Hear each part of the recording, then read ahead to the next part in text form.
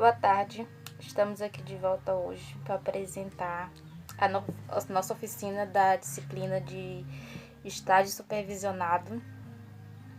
Meu nome é Keliane, estou no 7º período de licenciatura em História aqui da UFPI, Polo de Corrente Piauí. O tema que eu escolhi para a oficina hoje foi as grandes navegações.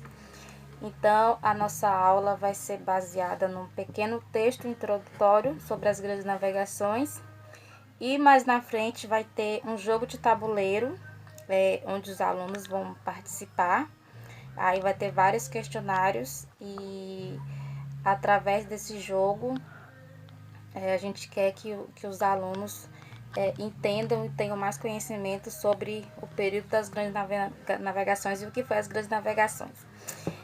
O conteúdo, como eu já disse, é as grandes navegações, e o objetivo dessa oficina é aprofundar o conhecimento dos alunos acerca das grandes navegações, possibilitando uma visão dos antecedentes desse período e os desdobramentos resultantes dessa onda exploratória que visava chegar às Índias. Você já imaginou o que é viajar para lugares distantes em embarcações frágeis e pequenas? Viajar em barcos lotados e com pouco espaço para os tones de água potável? Viajar sem nenhuma certeza do caminho? Pois foram esses alguns dos desafios que os europeus enfrentaram durante as grandes navegações, conjunto de viagens de longa distância que ocorreram durante os séculos XV, XVI e XVII. Para velejar em alto mar, os europeus do século XV, eles enfrentaram perigos reais e imaginários. Entre os perigos reais estavam os ventos desfavoráveis, e a ameaça de encalhe, os lugares desconhecidos, a fome, as doenças e a sede dentro dos navios. Os perigos imaginários também eram muitos, como por exemplo a crença de que a terra era achatada como uma pizza e que aqueles que se afastassem muito do litoral, eles cairiam em um abismo. Os monstros marinhos também traziam medo constante para a tripulação das embarcações. Se era assim tão perigoso, as pessoas podem se perguntar: por que então os europeus eles se aventuraram por esses mares desconhecidos? O motivo principal foi o desejo de conseguir as especiarias e os artigos de luxo orientais. No século XIV, o rico comércio com o Oriente era controlado em grande parte por árabes e italianos. Os árabes traziam os produtos do Oriente até os portos das cidades italianas de Gênova e Veneza. Dali, os italianos compravam as mercadorias e as revendiam com grande margem de lucro para o restante da Europa, fazendo com que tais cidades fossem prósperas e imensamente ricas. Com o Mediterrâneo controlado pelos italianos, só restou aos demais povos encontrarem uma nova rota até o Oriente e assim adquirir as especiarias e os itens de luxo orientais direto da fonte, sem intermediação dos italianos. Daí que surgiram as grandes navegações, Portugal foi o primeiro reino a se lançar ao mar. Isso pode ser explicado porque ele não estava envolvido em nenhum conflito no início do século XV. Diferentemente da maioria dos reinos europeus, Além disso, Portugal era um reino basicamente marítimo, onde o comércio de pescados incentivou a expansão comercial e o aprimoramento na construção de navios e técnicas de navegação. Os portugueses eles acreditavam que podiam chegar até o Oriente contornando contornando o continente africano. Por isso,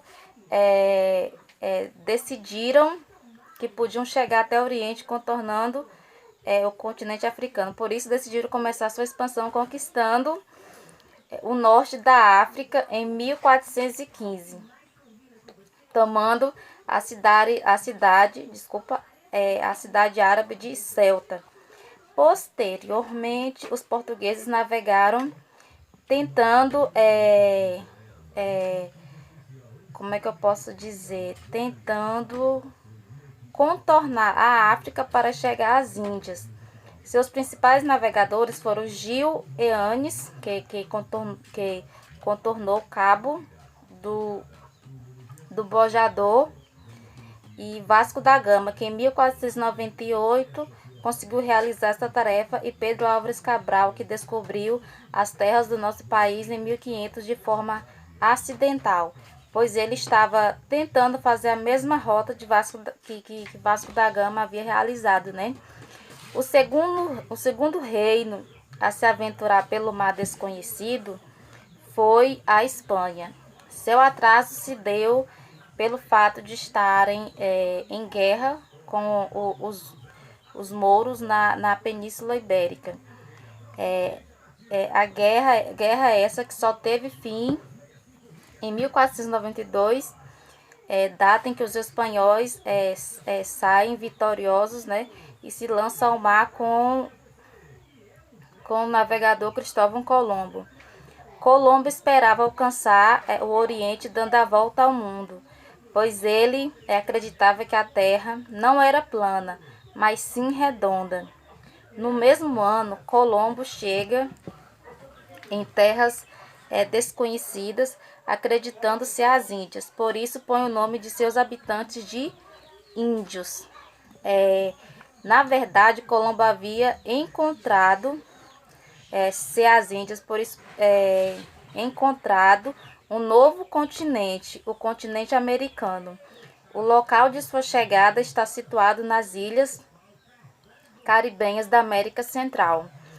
Tanto as conquistas dos portugueses como a dos espanhóis estavam asseguradas pelo Tratado de Tordesilhas, tratado proposto pelo Papa Alexandre VI e assinado pelos dois reinos, onde divide as terras a serem descobertas entre ambos. Entretanto, os reinos que não fizeram parte do acordo a questionaram e ignoraram, fazendo com que franceses, ingleses e holandeses também se lançassem ao mar no século XVI e XVII, descobrindo territórios na América do Norte e saqueando as colônias dos espanhóis e portugueses, iniciando assim o que a gente chama de a era colonial. Então, depois dessa pequena introdução sobre as grandes navegações, será entregue aos alunos um texto sobre as grandes navegações, que essa leitura vai ser feita durante uma aula e vai ser levada para casa. E na aula seguinte, a gente vai fazer a continuação da aula, que vai ser o jogo de tabuleiro, que eu vou mostrar agora para vocês. Bom, aqui é o tabuleiro que eu falei para vocês. Aqui tem algumas imagens, né, das grandes navegações e uma numeração de 1 a 55. E esse tabuleiro ele vai servir como um jogo, né, uma dinâmica para melhor aprendizagem dos alunos. E tem várias perguntas, né? E tem as bombinhas aqui, que são os obstáculos.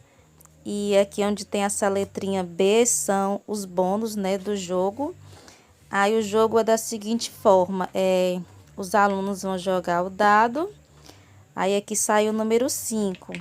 Aí eu vou fazer uma pergunta. sobre o tema, né, as grandes navegações, e caso eles acertem a resposta, é que eles vão pular as 5 casinhas. Aí, se errar, vai continuar da forma que tá. Aí o jogo vai seguir dessa seguinte forma para ser uma aula mais dinâmica, mais alegre, né, para não ficar no tradicionalismo. E é isso. Espero que você tenha gostado. Até a próxima.